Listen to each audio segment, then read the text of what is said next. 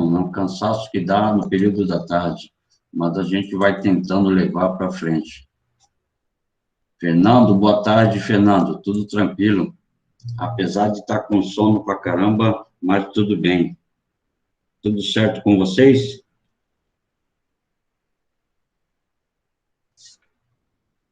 Bom, o pessoal vai chegando, o pessoal está entrando. Que bom, cara. Apesar do calor, esquentou mais ainda para agora à tarde. Finalzinho da tarde deve estar refrescando.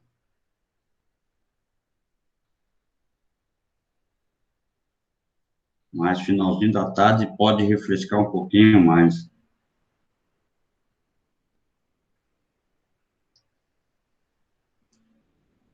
Xuxa está terminando a aula, ótimo. Vou dar uma esperada um pouquinho, tá? Vou esperar uns 2 ou 3 minutos para poder liberar a aula do Xuxa.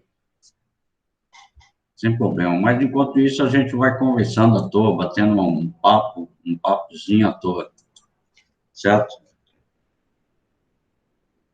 Para a nossa aula de hoje, nós temos que encerrar aquilo que continuamos a semana passada e já para a próxima aula a gente entrar já no novo capítulo.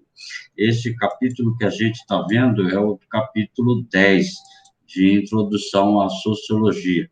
Então, a gente encerra ele hoje e a próxima aula a gente passa para o capítulo 11 de Sociologia. Olha só, Sociologia, o nosso material, nós já estamos no capítulo 11, tá? De Filosofia, nós estamos ainda no capítulo 6. Não pensem vocês que nós estamos atrasados, não, porque Filosofia nós estamos bem adiantados, essa é a verdade. Porque o nosso livro de filosofia, ele traz apenas 8 capítulos, e o de sociologia, se não me falha a memória, são 15 capítulos, deixa eu ver aqui, sociologia, são 16 capítulos, então nós estamos num ritmo até um pouco mais acelerado em filosofia do que sociologia. Mais à frente, se a gente precisar de aula para sociologia, a gente dá os 2 tempos de sociologia, conforme eu vou combinar com a coordenação. Mas, por enquanto, está tudo certo e nada resolvido para a gente poder trabalhar a respeito das nossas aulas de filosofia e sociologia. Bom, o pessoal está entrando aos pouquinhos, eu vou dar um tempinho mais para o pessoal entrar, para terminar a aula do professor, para poder entrar na aula, porque senão vão pegar a aula já caminhando, vão pegar a aula já andando, e aí é prejudicial para a turma. Para não prejudicar a turma, então, vou esperar um pouquinho, o pessoal vai entrando, o pessoal vai chegando. Mas já acabou a aula lá. Mas já acabou a aula dele? Já. Agora sim. Ah, tá. Vocês não me explicam, eu já ia dar mais 2 minutinhos, então tudo bem. Boa tarde, Teco. Boa tarde, minha querida, tudo bem? Aproveitou muito? Tudo com você. Boa tarde, Pro. Sempre bom e maravilhoso. Boa tarde, minha querida, tudo bem com você? É o seguinte, eu estava falando para o pessoal que nós estamos no capítulo 10 de Sociologia e no de Filosofia nós ainda estamos no capítulo 6. Só que eu falava assim, não fique preocupado, porque Sociologia são 16 capítulos e Filosofia são apenas 8. Portanto, nós temos mais que o dobro das aulas de Sociologia do que de Filosofia. Ok? Deixa eu mandar mensagem para o pessoal aqui rapidinho, assim que eu terminar. Eita, e agora? A gente vai continuar? Sim, a gente vai continuar. Para hoje, a gente continua o capítulo 10. Nós temos que terminar o capítulo 10. Faltam basicamente 2 coisas só para a gente falar do capítulo 10. Aí a gente encerra o capítulo 10 e a próxima aula já vamos começando o capítulo 11, certo? Então, assim, tá super tranquilo, super fácil, super sossegado. A nossa aula de introdução à sociologia, nós trabalhamos a questão da economia. No campo da economia, ficou faltando a gente trabalhar a respeito a questão dos setores da economia. E, infelizmente, tá? infelizmente, eu digo infelizmente porque a gente tem que passar por isso, mas é uma visão propriamente da geoeconômica, ou seja, da geografia, a parte da geografia voltada para a economia. Então, pode ser que vocês já viram isso em geografia, ou pode ser que vocês ainda vão ver com o professor de geografia. Só que lá, com o professor de geografia, você vê os detalhes, você vê as ponderações, você vê alguma coisa mais aprofundada do que em sociologia. Então, o que falta a gente falar é o seguinte: setores da economia. Se vocês já estudaram e já viram alguma coisa disso no ensino fundamental, talvez vocês tenham tido, não tenho certeza, mas algumas escolas podem até ensinar em geografia. Então, setores da economia. Os setores da economia falam a respeito daqueles setores onde ocorre ou a extração, ou a produção, ou a industrialização, ou a prestação de serviços, tá? Então, nós temos três setores básicos da economia, principalmente dentro do setor das cidades. Principalmente nas cidades, nós temos três setores da economia, dois setores, que é a prestação e indústria. E um setor que fica basicamente, quase que exclusivo ao campo, que é o setor do extrativismo. Então, nós temos o primeiro setor, o segundo setor e o terceiro setor. O primeiro setor da economia é o setor extrativista, onde estabelece a extração de recursos naturais, sejam eles minerais, sejam eles vegetais, sejam eles animais, tá ok? Então, a extração. Como assim, professor? Animal? Por exemplo, a pesca comercial, tá? É um setor, uma área de extrativismo da natureza. Eu vou extrair o peixe dos rios, dos lagos, ou até mesmo dos mares e oceanos. Então, nós temos, primeiro, o setor extrativista, que, na verdade, ele fornece a base de matéria-prima para a indústria. Entre o setor extrativista e o setor industrial, nós temos o setor de prestação de serviços, que seria o transporte, tá ok? O transporte dessa matéria-prima para a indústria. E da indústria para o comércio, que seria o terceiro setor, nós temos o chamado prestação de serviços de novo. Então, a prestação de serviços passa a ser muito importante no sistema de produção ou nos setores da economia. Para dizer assim, o setor primário, ele está ligado diretamente à agricultura, à pesca e à mineração. O extrativismo de madeira também, tá? Isso é super importante. O setor secundário é o setor da indústria e da construção civil. O setor terciário é o setor de prestação de serviços, comércios, transportes, bancos e outros mais, tá ok? Então, nós temos grande emprego de indivíduos, principalmente no setor terciário, que hoje, nós, trabalhando a questão da situação econômica dos países, nós podemos afirmar que o setor terciário é o setor que mais emprega indivíduos dentro da sociedade, principalmente comércios, principalmente setor de transporte, bancos, pequenas indústrias e tudo mais. Então, nós temos essa relação dentro do desenvolvimento da produção econômica. Vamos lá.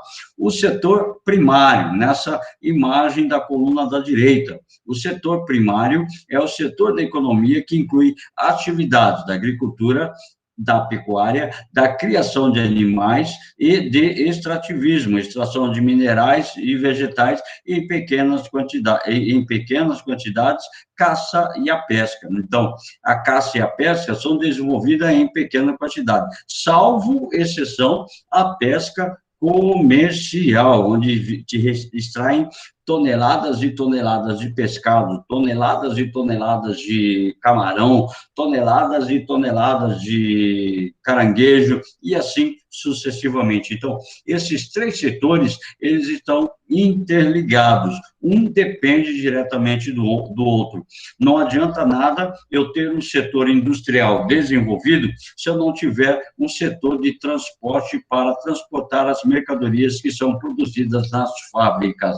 Como vocês viram, talvez vocês devem ter percebido, a greve dos caminhoneiros, que ocorreu alguns anos atrás. Então, a greve dos caminhoneiros paralisou o setor de transporte no Brasil, paralisou o setor de transporte e causou muitos danos para a economia do Brasil. É isso que a gente quer dizer. Quando um setor para, tem prejuízos em outro setor. Suponhamos que a agricultura passe por uma crise e deixamos de produzir produtos agrícolas. A nossa economia vai quebrar, porque principalmente o Brasil, ele trabalha com a questão de commodities do setor primário, ou seja, produtos que não necessariamente são industrializados, como, por exemplo, laranja, como algodão, como a soja. Nós extraímos a soja, nós colhemos a soja e mandamos para os outros países, por exemplo, a China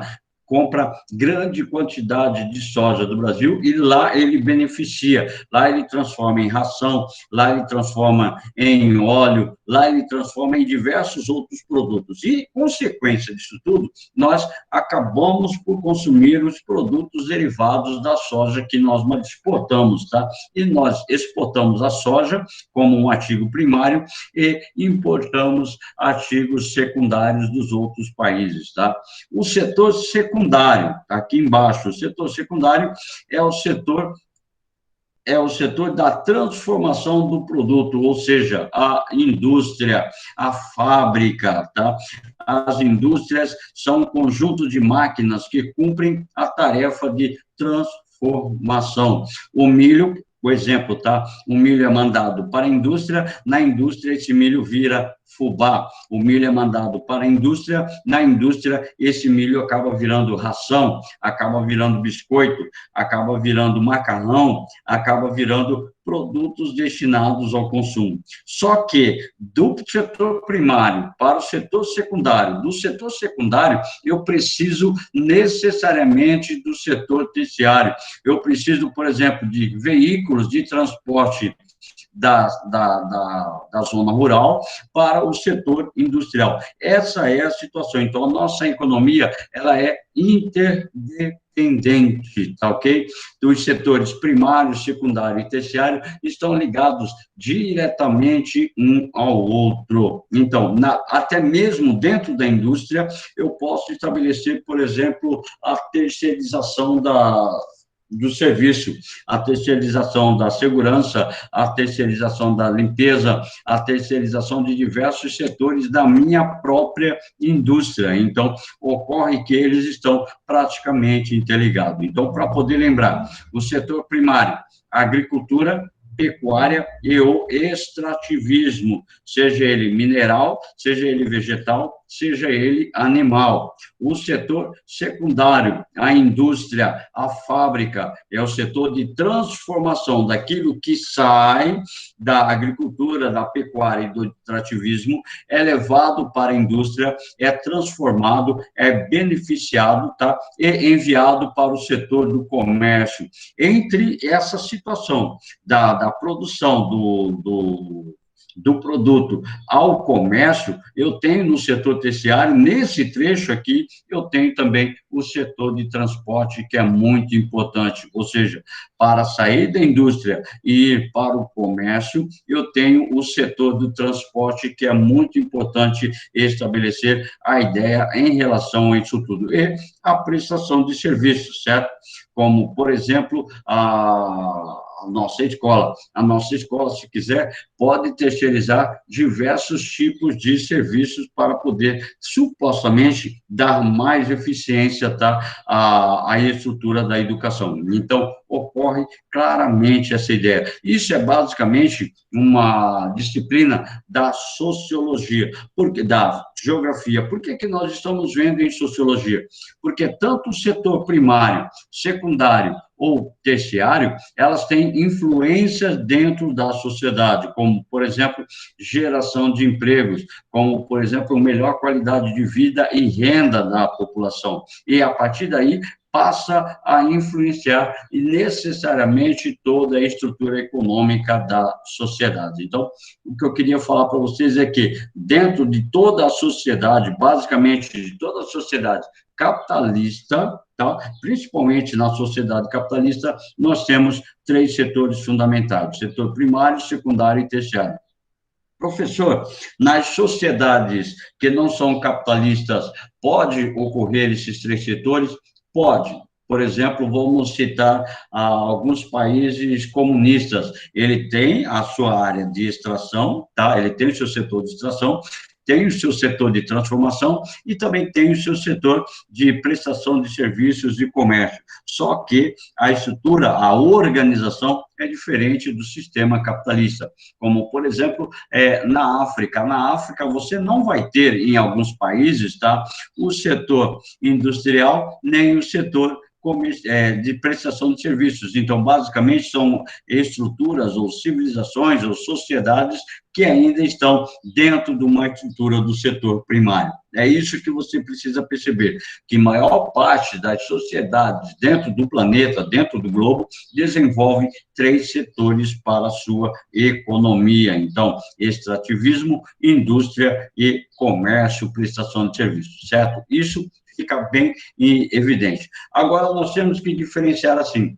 bens de serviços. O que são os bens? Bens são todos os elementos que são produzidos numa fábrica, numa indústria, toda a transformação da natureza em mercadoria. Você pegou, por exemplo, o boi.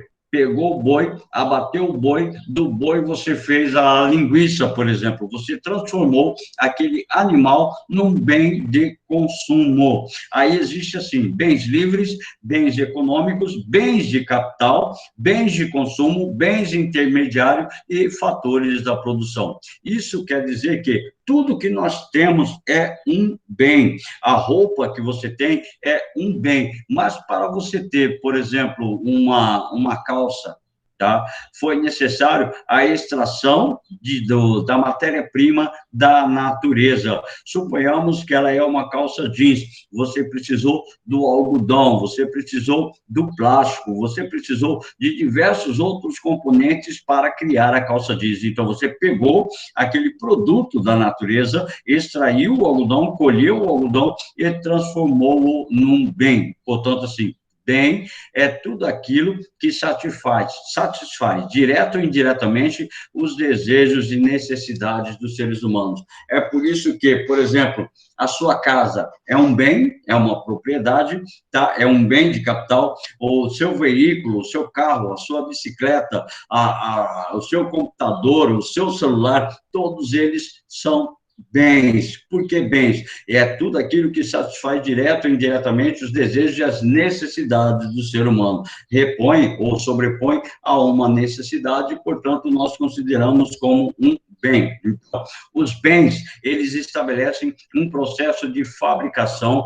há um controle de qualidade da produção desse bem para poder ser enviado ao consumidor. O serviço está ligado diretamente à execução da ação na fabricação de um bem. Por exemplo, um aparelho de celular, por exemplo, ele é um bem, mas para que ele pudesse tornar-se um bem, houve a necessidade de uma execução de serviço nele. Então, o serviço, o consumidor está inserido no processo, porque o serviço ele é realizado visando algo ou alguém. Então, o bem, ele está ligado diretamente a satisfazer a necessidade do consumidor, tá? O serviço é a execução, a fabricação desse bem, visando necessariamente a satisfação desse consumidor. Então, o serviço é o que vai transformar a mercadoria em bem.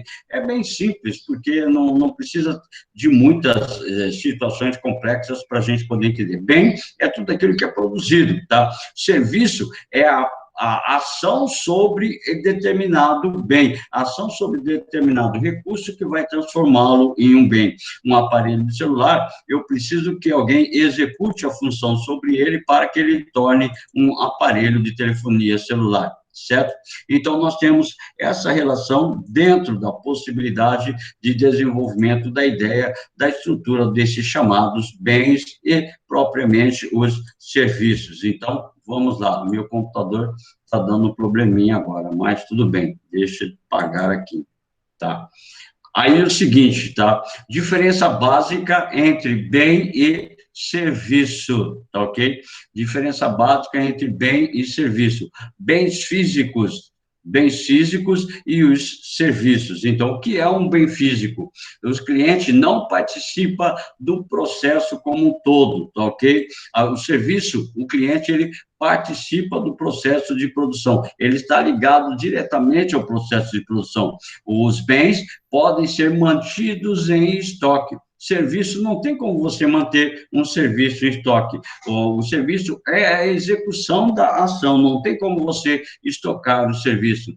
Como, por exemplo, você tem o seu quintal com grama, você vai pedir para o camarada fazer o serviço de corte da grama do seu quintal. Não tem como você estocar o serviço. Ele faz, executa na hora, pronto, acabou. Tá? O bem, pode haver a transferência de propriedade. No serviço, não há transferência de propriedade. Você não pode pedir para o seu cachorrinho cortar a grama no lugar do jardineiro. Portanto, são essas situações que existem dentro da estrutura da organização da economia dentro do território de qualquer nação, principalmente de nações capitalistas, certo? Então, nós temos essa ideia, que essa relação de bens de primeiro setor, segundo setor, terceiro setor da economia, estão ligadas diretamente ao que nós chamamos de economia de mercado. Presta bem atenção nesse fluxograma, tá, da economia de mercado. Você está vendo no centro, tá, a palavra governo. Numa economia de mercado, o governo não intervém nas relações de economia de mercado. O governo não intervém em qualquer relação de economia, ou em qualquer relação de compra e venda. O mercado de bens e serviços, ele vai se autorregular. Como ele vai se autorregular? Com a lei da demanda e da oferta, ou da oferta e da procura. Quanto mais procura eu tenho, mais a economia movimentada. Quanto menos oferta eu tenho, mais caro o produto vai se tornar. Ou seja, as famílias, tá? O mercado é determinado pela demanda das famílias, tá? E o mercado e os fatores de produção determinam a oferta. Por exemplo, a sua família quer consumir determinado produto que não tem no Brasil. Logo, você, como eu posso dizer, a sua família, como dona do seu recurso de capital, ela pode importar aquele produto, e o governo não vai intervir diretamente na regulamentação das ações. O que ele vai fazer é apenas regular a taxa de impostos para proteger o produto nacional. Então, a economia de mercado é regulada pela lei da oferta e da procura. Quanto mais procura eu tenho, mais necessariamente a minha economia movimenta-se. Agora, a movimentação depende também da oferta do produto. Se eu tenho muita procura e poucos produtos, a tendência é o valor desse produto está um pouco mais elevado. Se eu tenho mais produtos, tá? Se eu tenho mais produtos do que a procura, então, necessariamente, esse produto ele pode ter um preço mais diminuído. Então, as empresas, tá? Dentro da economia de mercado, elas estão ligadas diretamente à oferta e à procura. Necessariamente, as famílias, quando vão atrás das ofertas, as empresas colocam dentro da sua organização de produção e economia os valores de mercado. Portanto, o Estado não intervém diretamente na economia.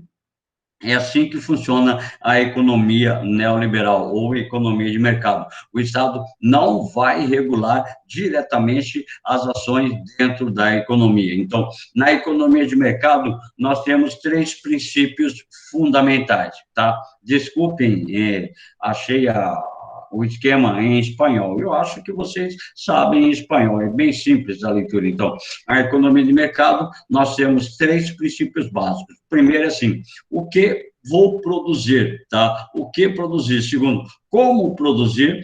Terceiro, para quem eu vou produzir. Então, dentro dessa estrutura, é o que nós estabelecemos as ideias acerca do desenvolvimento econômico, ou seja, o que produzir é o princípio da soberania do consumidor. Eu vou produzir aquilo que o consumidor está precisando. Eu vou produzir aquilo que está sendo necessitado no mercado. Se eu produzir algo que ninguém procura, obviamente, eu vou à falência. Portanto, essa é a ideia. O princípio fundamental é produzir aquilo que o consumidor necessita para si.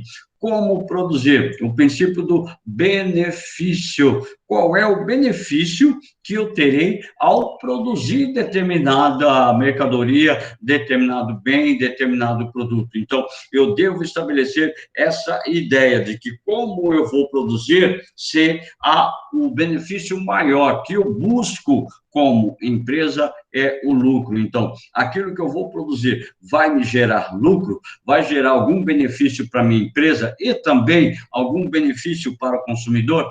Portanto, quanto mais benefícios determinado produto, determinada mercadoria propicia ao consumidor, pressupõe-se que maior será a sua produção. Então, para quem eu vou produzir? O princípio de escassez, ou seja, eu tenho que produzir, por exemplo,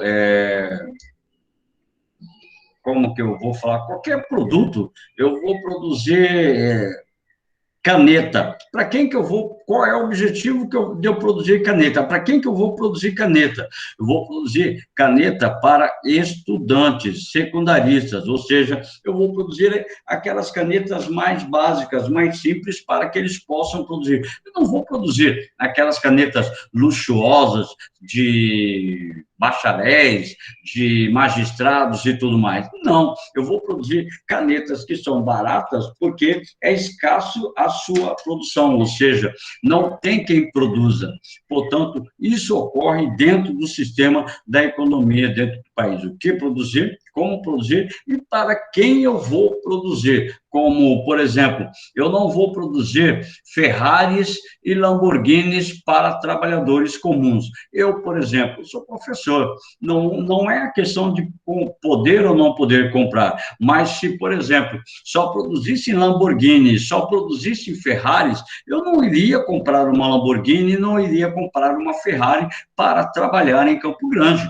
Primeiro que o consumo de combustível é alto. Segundo que nessas ruas esburacadas de Campo Grande, essas ruas todas recapeadas de Campo Grande, é até um crime você colocar uma Ferrari e uma Lamborghini para poder trabalhar, certo? Então, nós temos essa ideia, tá? O que produzir, como produzir e para quem produzir. Essas eram as informações que nós precisávamos passar para poder finalizar o nosso capítulo. Só que acabamos o capítulo, só que nós não vamos ficar à toa, tá? Pega, por favor, o seu livro de introdução à sociologia, a página 95. Tem alguns exercícios, agora no final da nossa aula, a gente pega para resolver alguns exercícios. É a página 95. Vou aqui, peguei minha projeção, achei minha projeção, vou colocar a projeção para a gente poder trabalhar, certo? Então, o exercício, a página 95, deixa eu abrir aqui, eu passei os exercícios para a projeção, para ficar mais fácil da gente poder visualizar. Tá aqui. Eu acredito que vocês estão visualizando, certo? Então, o seguinte, a nossa ideia é trabalhar os exercícios da página 95, desenvolvendo habilidades. São 2 textos do Exame Nacional do Ensino Médio de 2015, tá ok? 2 textos de 2015. O texto número 1 fala assim: não é possível passar das trevas da ignorância para a luz da ciência, a não ser lendo. Como com um amor sempre mais vivo, as obras dos antigos. Ladrem os cães.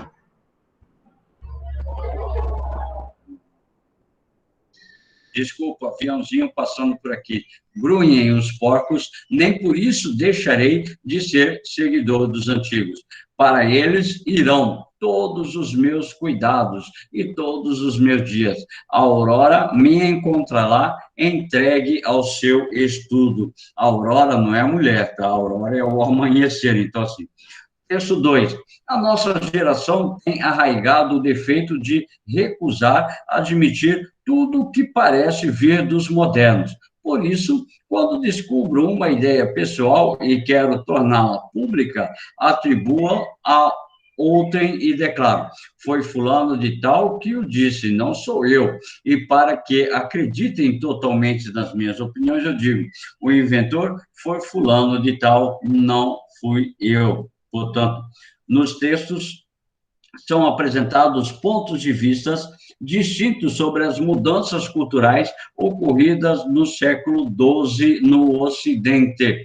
Comparando os textos, os autores discutem a produção de conhecimento face à manutenção dos argumentos de autoridade da Igreja. Letra B, caráter dinâmico do pensamento laico frente à estagnação dos estudos religiosos. Ou letra C, surgimento do pensamento científico em oposição à tradição teológica cristã.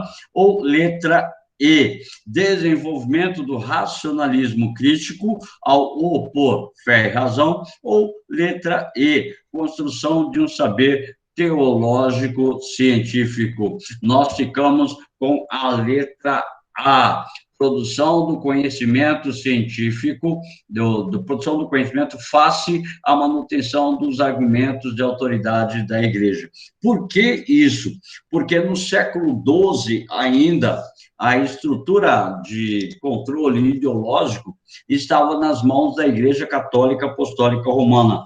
Portanto, você não poderia ir contra os ensinamentos da Igreja. Então, produção de conhecimentos face à manutenção dos argumentos da autoridade da Igreja. Portanto, e isso você poderia perceber através dos textos, porque o próprio texto fala assim: história da Idade Média, história da Idade Média. A partir daí, você já pegava a própria resposta do exercício. Então, o exercício das provas do Exame Nacional de Ensino Médio não são difíceis, tem algumas pistas que basta você poder encontrar. Portanto, exercício 1, letra A. Exercício 2, também do Exame Nacional de 2000 Médio de 2015. Um carro esportivo é financiado pelo Japão, projetado na Itália e montado em Indiana, México e França, usando os mais avançados componentes eletrônicos que foram inventados em Nova Jersey, fabricados na Coreia. A campanha publicitária é desenvolvida na Inglaterra, filmada no Canadá. A edição e as cópias feitas em Nova York para serem veiculadas no todo o mundo. Teias globais disfarçam-se com um uniforme nacional que lhes for mais conveniente. Ou seja, tá? Aproveitando a ideia do desenvolvimento da economia, nós temos a relação entre o capitalismo e a globalização. Dentro dos setores da economia, dentro das relações econômicas, nós não podemos desvincular o capitalismo e a globalização como um processo de transformação da sociedade. Basta você pegar esse texto e analisar. Poxa, fabricado, financiado no Japão, projetado na Itália, montado em Indiana, no México e na França. Os componentes são inventados em Nova Jersey, fabricados na Coreia. Portanto, isso pressupõe a globalização do capitalismo e da economia. Diz assim: a viabilidade do processo de produção, ilustrado pelo texto, pressupõe o uso de linhas de montagem e formação de estoques, de empresas burocráticas e mão de obra barata. Letra C, controle estatal e infraestrutura consolidada. Letra D, organização em rede tecnológica de informação. Então, eu creio que pode ser a letra D. E letra E, gestão centralizada de protecionismo econômico. Ficamos com a letra D, organização em rede. Então, toda a nossa economia está interligada, como, por exemplo, nós vendemos o nosso suco de laranja para os Estados Unidos,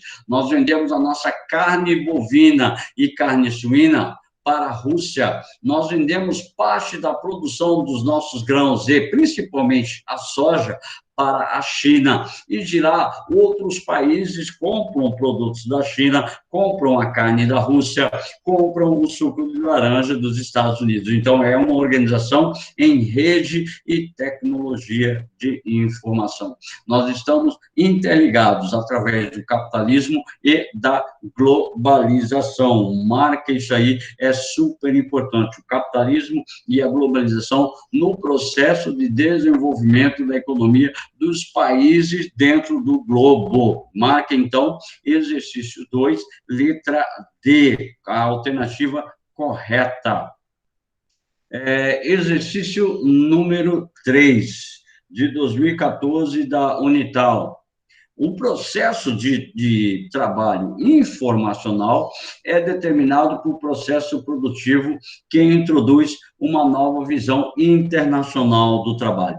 Nós acabamos de falar dessa estrutura internacional do trabalho quando nós líamos o texto do exercício número 2, onde fala que os produtos são de origem de um país, mas são fabricados em vários outros países. Isso tudo, eu preciso também o trabalho informacional. A economia é uma estrutura interligada na informacionalidade, que produz uma certa divisão internacional do trabalho. Nesse processo, que é o trabalho informacional, o valor agregado é gerado principalmente pela inovação, tanto do processo como de produtos. Aponte a afirmativa incorreta. Por favor, vamos buscar a errada, quanto à consequência da evolução do emprego nos países desenvolvidos de economia informacional. A resposta incorreta diz assim, letra A, elevação do emprego rural devido à ampliação da produção agrícola moderna. Bom, se é informacional, basicamente não seria rural. Então, letra A é uma forte candidata. Letra B, declínio do emprego industrial tradicional, necessariamente pode levar a uma situação. Aumento do emprego no setor de serviços relacionados aos serviços sociais, à produção e serviços sociais, ou a rápida evolução do emprego para os profissionais especializados. A gente pode estabelecer a ideia acerca disso e também estabilidade no emprego na atividade do comércio varejista.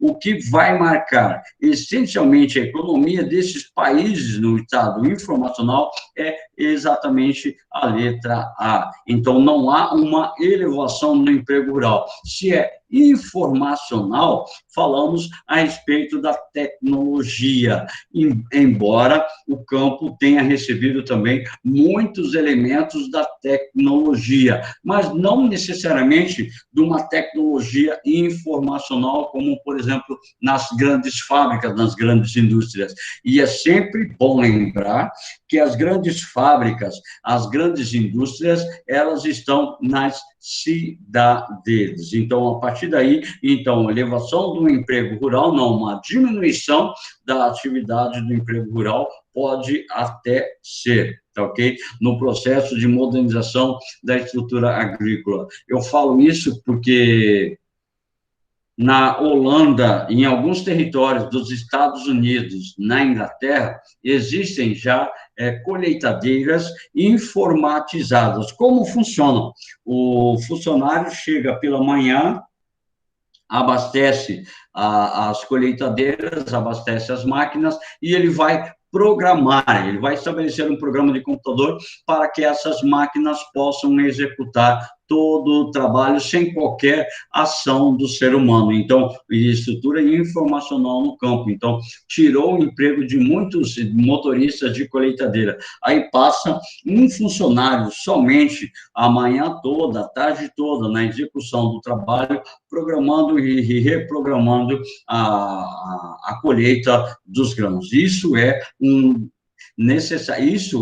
uma visão da tecnologia para o desenvolvimento da produção da economia no campo, tá ok? Onde o campo também está sendo gerador de um grande número de desemprego devido ao grande uso da tecnologia. Isso é uma realidade em outros países. No Brasil, ainda não é uma realidade capaz de gerar grandes desempregos, mas em alguns setores pode ocasionar também a demissão de vários empregados, certo?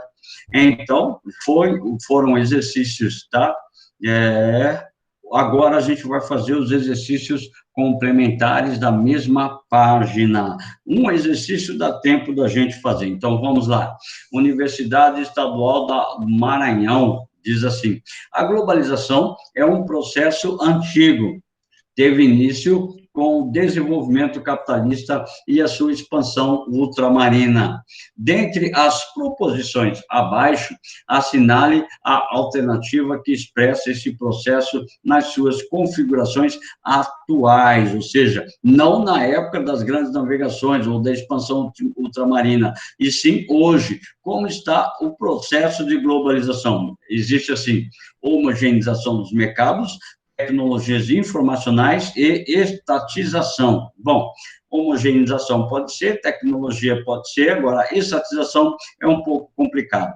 Letra B, exportação de mercadorias, competição global e economia planificada. Não pode haver economia planificada, porque a economia planificada, ela é própria dos países socialistas comunistas. Então, joga fora a letra B.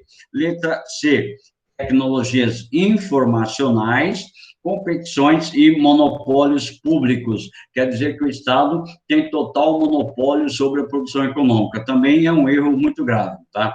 Competição, colaboração entre estados imperiais e tecnologias informacionais. Quer dizer que somente os estados, formação de impérios, que eles estabelecem a estrutura de desenvolvimento da economia, está basicamente errado.